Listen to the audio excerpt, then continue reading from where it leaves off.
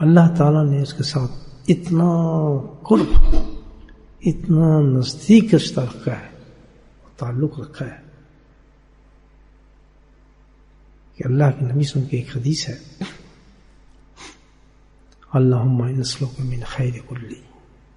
سوچیں ذرا کہ کیا مانگتے رہتے تم اللہ تعالیٰ سے؟ تم تو بڑی اونچی چیز ہو، تمہیں پتہ ہی نہیں مانگنا کیا چاہیے. تم تو ان چند کلیوں پہ قناعت کر گئے،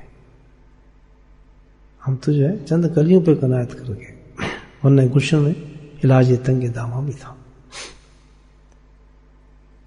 فرمایا تمہاری تو حیثیت ایسی ہے، اللہم اسألک من کل خیر، کہ اللہ تعالیٰ مجھے تو دے کیا؟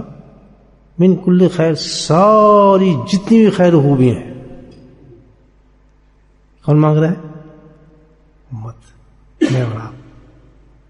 اللہم انی اسألک من کل خیر، اللہ تعالیٰ تو مجھے خاری کل جتنی بھی خیر و بھلائیاں موجود ہیں، کہاں؟ خزنہ بیدیک،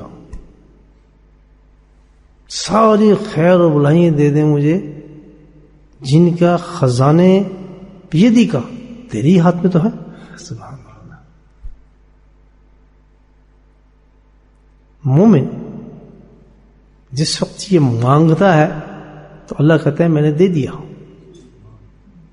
ہمیں یقین نہیں، ہمیں تو ملتا ہی نہیں ہے.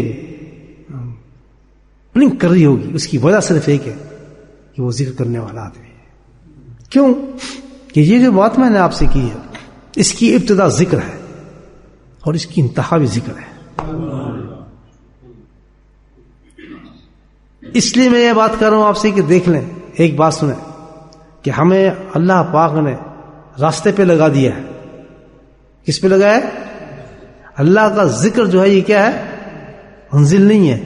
یاد نہ، یہ بالکل خیال نہ کرنا کہ کیا اللہ کا ذکر ہمیں منزل مل گئی. بالکل اللہ کا کرم یہ ہو گیا ہے کہ ہم بھٹکے ہوئے تھے، موٹر سے اترے تھے مین روڈ سے، اللہ نے اپنا فضل اور کرم سے کروڑا انسان چن کے ہمیں، اللہ نے پتہ نہیں کیا کرم اس نے فرمایا ہمارے کہ اس نے ہمیں اٹھا کے پٹری پہ چڑھا دیا.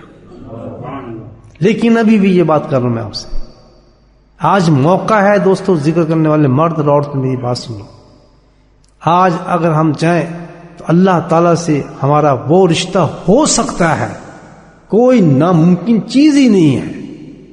اللہ تعالیٰ خود کہتا ہے کہ میں نے ایک تیری فارمیشن تجھے بنائے میں نے اس طریقے سے، تیری میں صلاحیت ساری یہی ہے.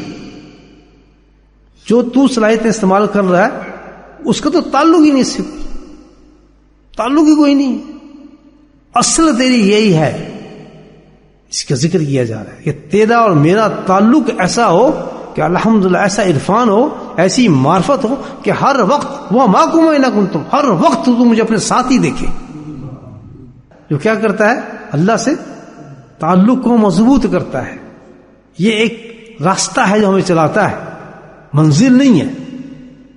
اور اگر ہم نے مرنے سے پہلے اس اللہ کے ذکر سے اپنی منزل کو نہیں پایا اور اس سے بھی ہم کچھ سمجھے ہی نہیں کہ بس یہ تو ذکر ہی ہے جی، ثواب ہی ہے جی، بس دنیا سوچتے رہے اور کچھ پتہ ہی نہیں چلا ہمیں اس کا مطلب کیا ہے، تو یاد رکھیے یہ تو بہت ہی بدقسمتی والا معاملہ.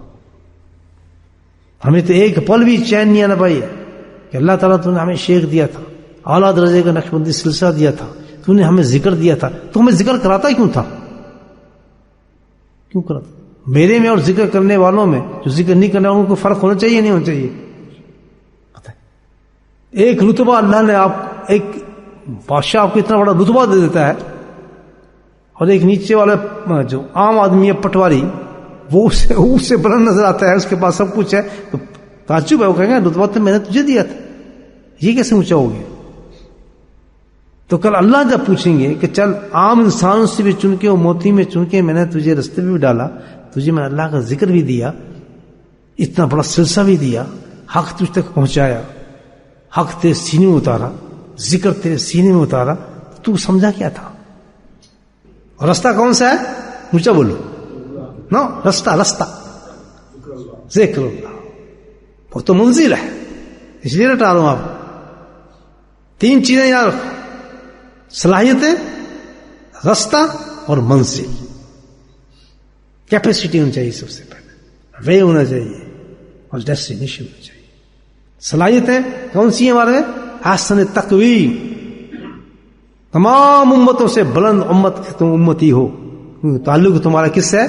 سرور عالم صلی اللہ علیہ وسلم کی تمہارا تعلق، اس کے غلام ہو، چھوٹی چیز نہیں ہے. تو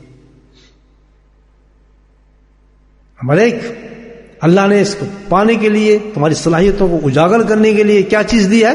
اللہ کا ذکر دیا ہے. اور اللہ کے ذکر سے انسان کہاں پہنچتا ہے؟ اطیع اللہ اطیع الرسول. یہ پیغمبر کی آخری پیغمبر صلی اللہ علیہ وسلم آخری یہی پیغام تھا، لا الہ الا اللہ محمد رسول.